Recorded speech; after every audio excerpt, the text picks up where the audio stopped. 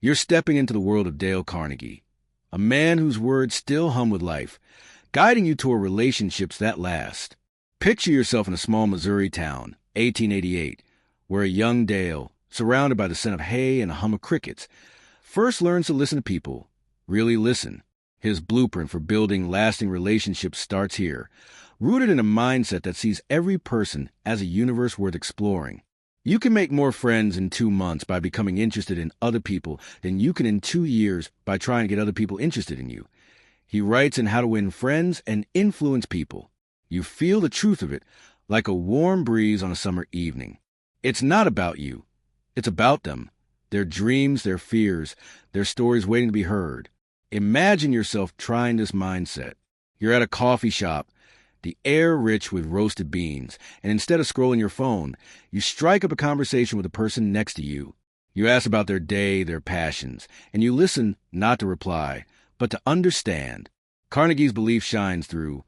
Show a genuine interest in others. He lived this himself, charming everyone from farmers to tycoons with his knack for remembering names and stories. There's a quirky detail about him. He'd practice people's names under his breath, like a quiet chant, to make them stick. It wasn't just memory. It was respect, a way to say, you matter. You try it, whisper a new acquaintance's name, and it feels like planting a seed for connection. This mindset isn't just warm fuzzies. It's a discipline of thought. Carnegie urges you to avoid arguments, not because you're weak, but because you're wise. Picture a heated debate with a friend, the kind where voices rise and hearts race. Instead of digging in, you pause, breathe, and say, I see your point. Carnegie knew arguments are quicksand. Nobody wins.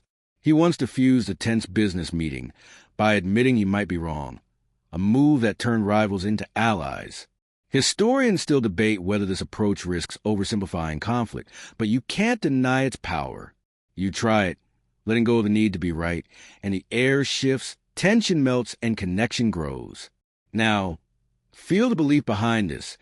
Every person is worth understanding. Carnegie writes, you can't win an argument. You can't because if you lose it, you lose it. And if you win it, you lose it. You see it play out in your life. Maybe it's a co-worker who frustrates you, always late, always distracted. Instead of judging, you ask, what's going on with you? With genuine care. Suddenly, they open up, stress at home, a sick parent, and you're not just colleagues anymore. You're human to each other. Carnegie's own life was proof. Born poor, he built a global legacy by believing in people's potential, from the shyest student to the boldest CEO. This belief shapes your thoughts like clay. Try honestly to see things from the other person's point of view.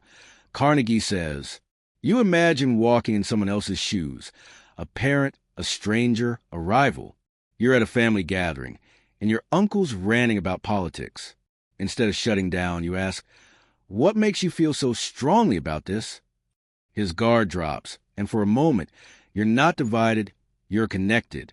Carnegie did this constantly, even with critics, turning skeptics into friends by seeking their perspective. Some argue this empathy can feel performative, but you feel its sincerity when you try it. It's not about agreement. It's about understanding, a bridge built with care. There's a rhythm to this mindset, a quiet power. You start to notice the world differently. The barista's tired smile, the neighbor's hesitant wave. Carnegie's words echo, arouse in the other person an eager want. You realize relationships aren't about forcing your way in. They're about inviting others to share themselves. You try it, asking a quiet colleague what they love about their work, and their face lights up, words spilling like water from a dam. Carnegie's own charm came from this. He'd ask questions that made people feel alive, seen. You feel it too, the spark when someone knows you're truly listening. As you stand in this moment, Carnegie's blueprint feels like a map in your hands. His mindset, genuine interest, empathy, humility, isn't just theory. It's a way of being. You're not just meeting people. You're building something lasting, one conversation at a time. The world feels bigger, richer, and you're ready to take the next step to see where this path of connection leads. You're holding Carnegie's map now, feeling its weight as you move from mindset to a sharper focus, a lens that brings people into view with startling clarity. The world around you hums. Imagine a crowded 1930s lecture hall, the faint creak of wooden chairs, the rustle of notepads as Carnegie's voice cuts through. To be interesting, be interested. His vision for building lasting relationships isn't vague or lofty. It's precise, like a craftsman carving wood. You sense it as you walk through your own life, noticing how a simple shift in perspective, really seeing someone, changes everything. His blueprint demands you see people not as obstacles or tools, but as individuals with desires, fears, and stories that deserve your attention. Picture yourself at a networking event, the air buzzing with small talk and clinking glasses. Carnegie's words echo. Talk in terms of the other person's interests. You try it.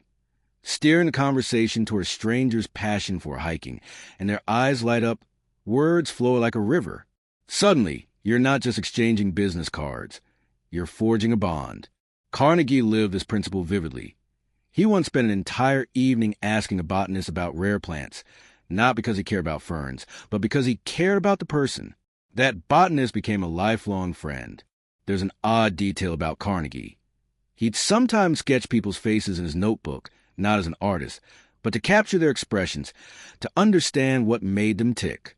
You try in your own way, knowing the way a friend's voice softens when they talk about their kids, and it feels like unlocking a door. This clarity comes from seeing others as they are, not as you wish them to be. The only way to influence people is to talk about what they want and show them how to get it. Carnegie writes in How to Win Friends and Influence People. You test this in a tense moment, maybe a disagreement with a partner. Instead of pushing your point, you ask, what do you need right now? The question disarms, shifts the focus to their world. Carnegie uses tactic in his lectures, tailoring every talk to his audience's needs, whether they were factory workers or executives. Historians still debate whether this approach risks pandering, sacrificing authenticity for appeal, but you feel its power when you try it. It's not about losing yourself. It's about meeting someone where they stand, building a bridge from their heart to yours. Now, imagine a quieter moment, a coffee with a colleague, the steam rising from your cup like a soft whisper. Carnegie's vision pushes you to let the other person do a great deal of the talking. You lean back, listen, and resist the urge to fill the silence. They share a dream, a worry, and you nod, asking gentle questions. The conversation feels alive, not because you spoke, but because you didn't. Carnegie was a master at this. He'd sit silently for minutes, letting others pour out their thoughts, and they'd leave feeling understood. You notice the same effect. Your colleague's shoulders relax, their smile lingers. It's a small act, but it's deliberate, a choice to give them space to shine. This vision isn't just about tactics. It's about seeing people clearly enough to value them. Always make the other person feel important. Carnegie insists. You try it with a cashier, thanking them by name, and their hurried nod turns into a genuine grin. Carnegie did this instinctively. Once, he remembered the name of a hotel doorman years after meeting him, sparking a conversation that left the man beaming. Some scholars argue this focus on making others feel important can seem formulaic, but you feel its sincerity when you practice it. It's not a trick. It's a way of seeing the world, where every person carries a spark worth kindling. As you move through these moments, Carnegie's blueprint feels like a lens sharpening your view. You're not just reacting to people. You're seeing them, really seeing them, with a clarity that transforms fleeting encounters into lasting connections. The coffee shop, the networking event, the quiet chat, they're all chances to practice this vision, to build relationships that endure. You're ready to carry this forward, to let this clarity guide your next steps, knowing each moment is a chance to connect more deeply, more authentically. You're carrying Carnegie's blueprint now. Its clarity sharpening your every step as you move into a space where purpose and discipline shape connections that endure. Imagine a 1930s office, the clatter of typewriters and the faint smell of ink in the air, where Carnegie's voice rings out. The only way to get the best of an argument is to avoid it. His purpose isn't just to make you likable. It's to build trust, to create relationships that stand the test of time.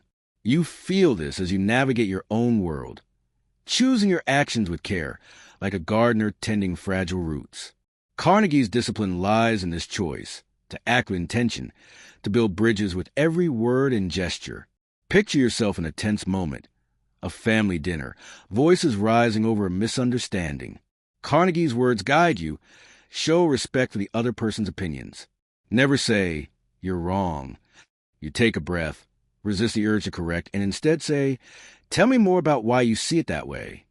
The room softens, the argument fades, and you're connected again. Carnegie lived this principle. He once turned a hostile critic into a friend by calmly acknowledging their viewpoint during a public lecture. There's a quirky detail about him. He kept a small pocket mirror to practice his expressions, ensuring his face never betrayed judgment. You try it, catching your reflection before a tough talk, schooling your features to show openness. It's a small discipline, but it shifts how others respond to you. This purpose demands consistency. Begin in a friendly way. Carnegie writes on how to win friends and influence people. You test it at work, approaching a stressed colleague with warmth instead of demands. "Hey, I appreciate how hard you're working," you say, and their guarded look melts. Carnegie practiced this daily, greeting everyone from janitors to CEOs with the same respect. Historians still debate whether this relentless friendliness could feel forced, masking deeper tensions, but you feel its impact. A kind opening sets the tone, like a key unlocking a door, making space for trust to grow. Discipline also means staying true to your purpose, even when it's hard. Carnegie urges, get the other person saying yes immediately. You try this in a meeting, asking questions that invite agreement. Do we all want this project to succeed? Nods ripple around the table, and suddenly you're not opponents but allies. Carnegie used this tactic masterfully, once winning over a skeptical investor by starting with shared goals. You notice how this small habit, finding common ground, builds momentum, like a river carving a path through stone. It's not about winning. It's about aligning, creating a foundation where relationships can thrive. Now, imagine a quieter moment. Sit with a friend who's struggling. Carnegie's purpose shines. Be sympathetic with the other person's ideas and desires. You don't offer solutions, you listen, saying, "That sounds really tough. How are you holding up?" Your friend exhales, relieved to be heard. Carnegie was known for this. He'd spend hours with students, absorbing their worries, helping them feel understood. He once carried a worn copy of How to Win Friends annotated with his own notes, a reminder to stay empathetic even under pressure. You try it, keeping your focus on the other person's heart, and it feels like weaving a thread that won't break. This purpose and discipline aren't just tactics. They're a commitment to building something lasting. If you want to be enthusiastic, act enthusiastic. Carnegie says, you test it, bringing energy to a dull conversation, and it's contagious. Smiles spread, voices lift. Carnegie lived this, too, electrifying lecture halls with a passion that felt genuine even after grueling days. Some argue this enthusiasm risks seeming inauthentic, but you feel its power when you try it.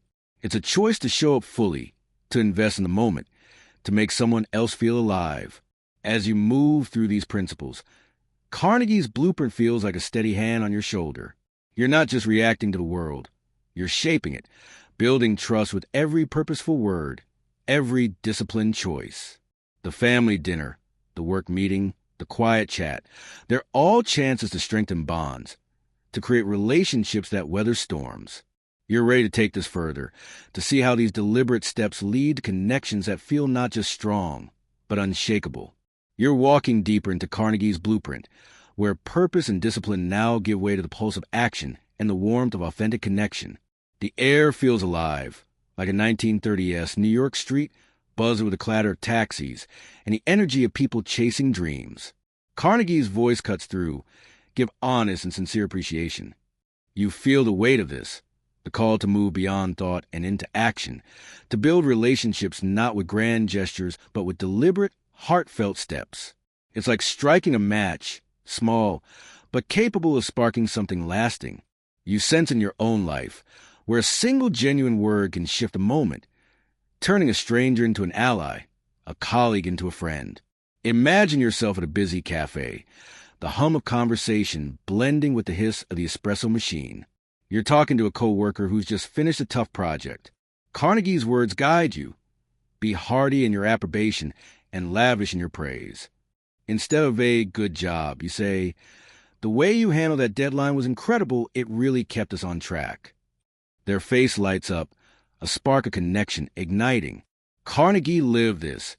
He once wrote a glowing letter to a shy student, praising their courage in speech, and that student later credited it as a turning point in their career. There's a quirky detail about him. He'd keep a stack of note cards to jot down specific praises for people he met, a habit that made his appreciation feel personal, never generic. You try it, noting something unique about a friend's effort, and it feels like handing them a small, precious gift. But action must be authentic, or it falls flat. The difference between appreciation and flattery, one is sincere and the other insincere. Carnegie warns on how to win friends and influence people. You felt this before. Empty compliments that ring hollow, like a bell with no chime. Now, you choose sincerity, telling a neighbor, your garden's amazing. It brightens the whole street. It's true, and they know it, their smile deepening. Carnegie practiced this relentlessly, once thanking a waiter so genuinely that the man beamed for the rest of the shift. Historians still debate whether such constant positivity risks seeming rehearsed, but you feel its power when you try it. Sincere praise isn't just words. It's a bridge built with care that invites trust. Now, picture a quieter moment, a walk with a friend, the crunch of leaves underfoot. Carnegie's blueprint urges action through listening. Be a good listener. Encourage others to talk about themselves. You ask your friend about their recent trip, not just to fill the silence, but to truly hear them. They share stories of adventure, and you nod, asking questions that show you're all in. Carnegie was a master at this. He'd sit with strangers, let them talk for hours, and they'd leave feeling like they'd known him forever. He once carried a tiny notebook to scribble details about people's lives, a habit that made his listening feel like a warm embrace. You try it, noting a detail about your friend's story, and when you bring it up later, their eyes widen with surprise and gratitude. This authentic engagement extends to small, deliberate acts. Smile. Carnegie says, and you test it, not a forced grin, but a warm, genuine one. At a grocery store, you smile at the cashier, and their hurried pace slows, their reply softer. Carnegie did this even on tough days, his smile disarming audiences across packed lecture halls. Some argue this emphasis on smiling oversimplifies complex emotions, but you can't deny its effect. A smile is a signal, a quiet action that says, I see you. You feel it, too, when someone returns your smile, the moment warming like sunlight breaking through clouds. Carnegie's blueprint pushes you further. Make the other person feel important and do it sincerely. You try this at a team meeting, asking a quiet colleague for their input.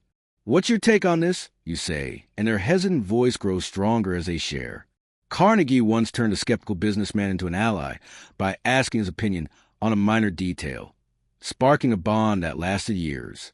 You realize these actions, praising, listening, smiling, aren't just steps.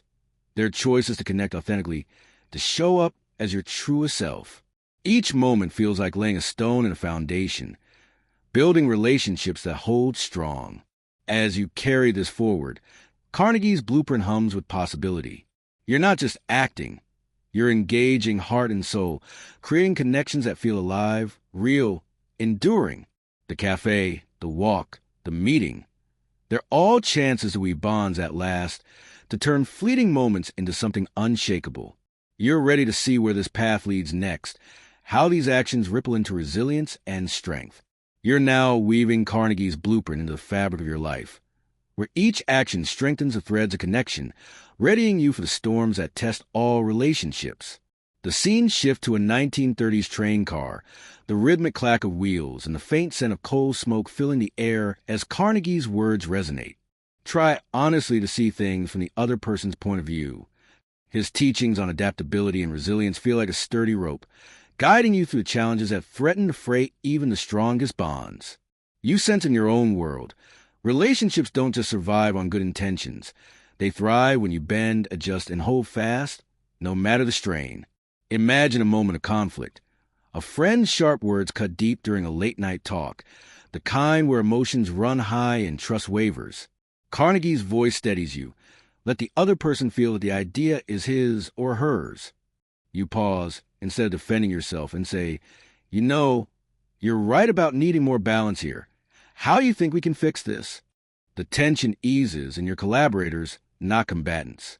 Carnegie used this approach to salvage a failing business deal, letting his partner take credit for a solution, cementing their partnership for years.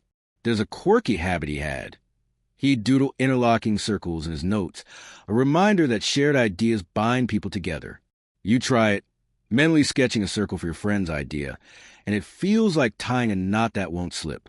Adaptability means meeting people where they are, even when it's uncomfortable. Appeal to the nobler motives. Carnegie writes on how to win friends and influence people. You test this with a colleague who's slacking, assuming their best intentions instead of accusing them. "I know you care about this team's success," you say. "So what's getting in the way?" They open up, and you find a path forward together. Carnegie did this with a struggling employee, framing their work as a chance to shine, turning apathy into effort. Historians still debate whether this optimism overlooks human flaws, but you feel its strength. It's not about ignoring faults. It's about seeing potential, adapting your approach to lift others up. Resilience, though, is the backbone. Dramatize your ideas, Carnegie urges, and you see it as a way to keep connections alive through tough times. Picture a family gathering where old grudges simmer. You share a story about a time you overcame a similar rift, your voice warm, your gestures vivid. The room listens, and the mood shifts toward healing. Carnegie was a storyteller, too. He once captivated a skeptical audience by recounting a personal failure with humor, making them root for him. He kept a small tin of colorful pins, each one a reminder of a story that connected him to others. You try it, sharing a light-hearted tale to defuse tension, and it's like a spark reigniting a fading fire. Now, imagine a quieter challenge. A friend pulling away, their text short, their voice distant. Carnegie's resilience shines. Throw down a challenge. You don't push. Instead, you say, "I miss our talks. Let's grab coffee and catch up, just us." The invitation is a spark, a gentle nudge to rebuild. Carnegie used this with a drifting friend, challenging them to a friendly debate over dinner, rekindling their bond. Some argue this risks pressuring others, but you feel its care when you try it. A challenge rooted in love pulls people closer, not apart. You notice how it works, your friend's hesitant smile returning as they agree to meet. This adaptability and resilience are Carnegie's gift, a way to keep relationships strong when life bends them. Call attention to people's mistakes indirectly, he advises. You try with a sibling who's upset you, saying, "I wonder if we both got a bit off track here," instead of pointing fingers. The conversation turns constructive, the bond intact. Carnegie once saved a student's confidence by gently suggesting a better approach rather than criticizing their speech. You feel it, too, the power of softening your words to preserve trust, like mending a tear before it widens. As you move through these moments, Carnegie's blueprint feels like a lifeline, flexible yet unbreakable. You're not just navigating challenges. You're strengthening connections, adapting to others' needs, and bouncing back with care. The late-night talk, the family gathering, the quiet drift, they're all chances to build resilience, to keep relationships alive through storms. You're ready to carry this forward, to see how these lessons grow into something even greater, something transformative. You're standing at the peak of Carnegie's blueprint, where every step, mindset, clarity, purpose, action, resilience, converges into a call to keep learning, to let relationships transform you. Imagine a 1930s lecture hall, the air warm with anticipation, the faint scent of polished wood and old books as Carnegie's voice lifts. Talk about your own mistakes before criticizing the other person. His words feel like a final brushstroke, urging you to grow through every interaction, to see each connection as a chance to evolve. You feel in your own life, where relationships aren't just bonds but teachers, shaping you into someone stronger, wiser, more connected. Picture a moment with a friend who's let you down, their apology half-hearted, the air heavy. Carnegie's wisdom guides you. Admit when you're wrong and do it quickly. Instead of holding a grudge, you say, "I messed up too. Let's figure this out together." The tension dissolves, and you're not just mending a rift, you're growing. Carnegie lived this. He once publicly apologized for a scheduling mix-up during a lecture tour, winning over a frustrated audience with his humility. There's a quirky detail about him. He kept a small pebble in his pocket, a reminder to stay grounded, to own his flaws. You try it, carrying a token to prompt your own honesty, and it feels like shedding a weight, making space for deeper trust. This call to learn is relentless. Ask questions instead of giving direct orders. Carnegie writes on how to win friends and influence people. You test it at work, saying to a teammate, "How do you think we should approach this?" instead of dictating. Their ideas bloom, and you learn something new about their perspective. Carnegie used this to empower his students, asking them to solve problems themselves, fostering growth in both. Historians still debate whether this approach assumes too much willingness in others, but you feel its power. Asking questions isn't just strategy. It's a way to learn, to let others teach you, strengthening the bond. Now, imagine a quiet evening, reflecting on a tough week. Carnegie's blueprint urges you to keep growing. Praise the slightest improvement and praise every improvement. You think of a shy colleague who spoke up in a meeting and you text them, "I loved your idea today. It really got us thinking." Their reply is warm, grateful, and you realize you're learning to see their potential. Carnegie did this constantly, celebrating small wins in his classes, turning nervous speakers into confident leaders. He once kept a scrapbook of student successes, a testament to his belief in growth. You try it, noting someone's progress, and it feels like planting a seed that will grow for years. This learning fuels a crescendo, a realization that relationships are your greatest teachers. Give the other person a fine reputation to live up to, Carnegie says. You try it with a struggling friend, saying, "You're stronger than you know. How can I support you?" They rise to the challenge, and you learn from their resilience. Carnegie used this to inspire countless people, once telling a timid writer they had a gift, sparking a career that touched millions. Some argue this risks inflating egos, but you feel its truth. A kind word can unlock potential, teaching you both. You see it now. Every interaction is a lesson, a chance to grow wiser, kinder. As the journey slows, Carnegie's blueprint settles into your bones. You're not just building relationships, you're being shaped by them. The world feels softer, richer, like a tapestry woven from every smile, every question, every moment of humility. You carry his words forward. Make the other person happy about doing the thing you suggest. You suggest a group project with enthusiasm, and your team dives in, their energy teaching you the power of inspiration. Carnegie's life was a testament to this. He turned strangers into friends, students into leaders, by learning from them all. And now, as you stand here, the blueprint complete, you feel its full weight. Relationships aren't just moments. They're a lifelong journey of growth, each connection a thread in a larger design. You see it in the friend you forgave, the colleague you uplifted, the stranger who smiled back. Carnegie's voice lingers, gentle, like a whisper in the quiet. The only way to influence people is to talk in terms of what the other person wants. You've learned this, lived it, and it's changed you. The world is no longer just faces and names. It's a constellation of stories, each one teaching you to love, to listen, to grow. You step forward, heart full, ready to carry this blueprint into every tomorrow, knowing every relationship is a chance to become your best self. You pause, the world quiet around you, Carnegie's blueprint glowing softly in your hands. His words, like embers, settle into your heart. You have it easily in your power to increase the sum total of this world's happiness. Every conversation, every smile, every moment you chose to listen was a step toward something greater. You see it now. The barista who grinned at your kind word, the friend who opened up when you asked, the colleague who rose to your challenge. These aren't just moments. They're a legacy, a web of connections that ripple outward forever. Carnegie's life, from a Missouri farm to global stages, was proof. Relationships, built with care, transform not just you, but the world. You feel it, a quiet fire, urging you to keep going. Take his blueprint, empathy, action, resilience, and weave it into every day. The people around you, their stories, their hopes, are waiting. You're ready, not just to connect, but to change lives one heartfelt moment at a time.